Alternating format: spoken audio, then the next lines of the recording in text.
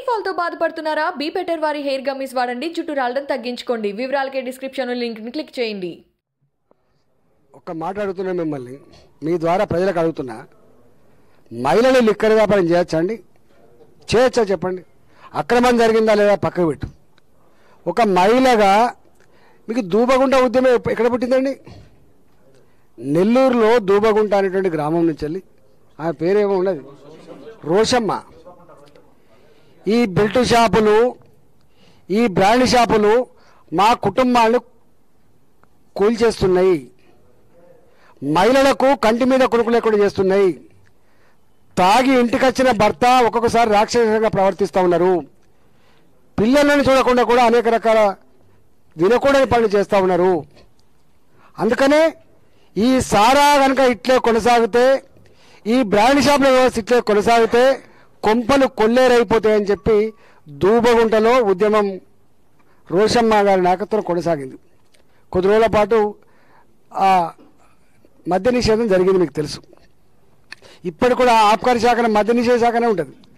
మద్య నిషేధ శాఖ పేరిట ఎన్ని వేల బ్రాండ్ షాపులు పెట్టిండ్రు మిత్రమా, ఎన్ని వేల బెల్ట్ షాపులు పెట్టిండ్రు. ఊళ్ళల్లో 200 మందికి ఒక బెల్ట్ షాప్ ఉంటుంది, గుర్తుపెట్టుకోండి. ఇవాళ గుళ్ళ పక్క పొంటి, బళ్ళ పక్క పొంటి, మహిళలు తిరిగేటువంటి జాగాలలో కూడా బ్రాండ్ షాపులు, దాని పక్క పొంటే సిట్టింగ్. ఎక్కడ కిరాయి తీసుకుంటారు ఆయన? ఆ బ్రాండ్ షాప్ పెడితే పక్క పొంటో 5 గుంటలో 10 గుంటలో కుల్లా జాగా ఉంటేనే తీసుకుంటారు ఆయన. ఎందుకంటే అక్కడనే సిట్టింగ్ పెట్టాలి.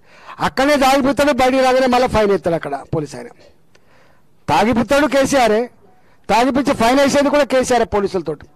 అంటే గిట్లాంటి పరిస్థితి తెలంగాణలో ఉంటే ఇప్పటికే 10,700 కోట్ల రూపాయలున్న లిక్కర్ ఆదాయం 45,000 కోట్ల రూపాయలకు పెంచుకొని ప్రజలందరూ అసహించుకుంటా ఉంటే, తెలంగాణ మహిళలకు ఏం తక్కువ పోయిందండి? 1,000 కోట్ల రూపాయల ఆస్తులు ఉన్నాయి. తెలంగాణ మహిళగా ఇక ఢిల్లీకి పోయి, ఇక పంజాబ్ పోయి, అక్కడ లిక్కరు అమ్మే దుకాణాలు వ్యాపారం చేసుకోవచ్చా? చేయొచ్చా అండి మహిళలు? చెప్పండి. వారికైతే తెలవాలి.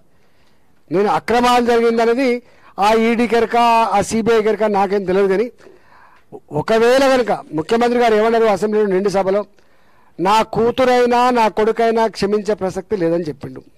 నిజంగానే మీరు తప్పు చేయని వాళ్ళైతే మీకు ఏం భయం? చక్కగా తీసుకొని ఫోన్లన్నీ అక్కడ పెట్టాలి, చూసుకోపో అని చెప్పాలి. నువ్వు విచారిస్తావు, చెప్పు ఏం కావాలని చెప్పని చెప్పాలి. తప్పేమని చెప్పండి. గింత రాద్దాంతం చేయాలి చక్కర మొత్తం రాష్ట్రం అంతా ఏదో వారికి ఏదో జరిగిపోయింది, తెలంగాణ అంతా స్పందించాలని, తెలంగాణ ప్రజలంతా కూడా ఏడవాలనే పద్ధతి ఏ పద్ధతి అండి? నీ సార వ్యాపారానికి, నీ లిక్కర్ వ్యాపారానికి మా తెలంగాణ ప్రజలకి సంబంధం ఉందా? చెప్పండి. అందుకని ఇవాళ మహిళగా లిక్కర్ వ్యాపారం చేయడమే తప్పు, నెంబర్ 1. నెంబర్ 2, అలా ఎన్ని వేల కోట్ల రూపాయల స్కామ్ జరిగిందని చెప్పేది అంటున్నారు.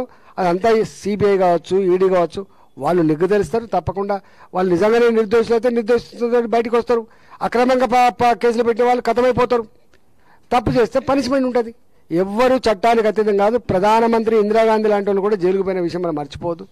ఎంపీలైనా ఎమ్మెల్యేనా, ఇలా లల్లు ప్రసాద్ యాదవ్ కూడా జైలుకు పోయింది. ఇప్పుడు ఎవరు నేను అతీతం కాదు, వారు అతీతం కాదు, ఎవరు అతీతం కాదు. చట్టం అందరికీ సమానమే. కాకపోతే అప్పుడప్పుడు తప్పించుకునే ప్రయత్నం చేస్తారు. డబ్బులు ఉన్న వాళ్ళు, పలుకుబడి ఉన్న వాళ్ళు తప్పించుకునే ప్రయత్నం చేస్తారు. కానీ హెయిర్ ఫాల్ తో బాధపడుతున్నారా? బీ బెటర్ వారి హెయిర్ గమ్మీస్ వాడండి, జుట్టు రాలడం తగ్గించుకోండి. వివరాలకే డిస్క్రిప్షన్ లింక్ ని క్లిక్ చేయండి.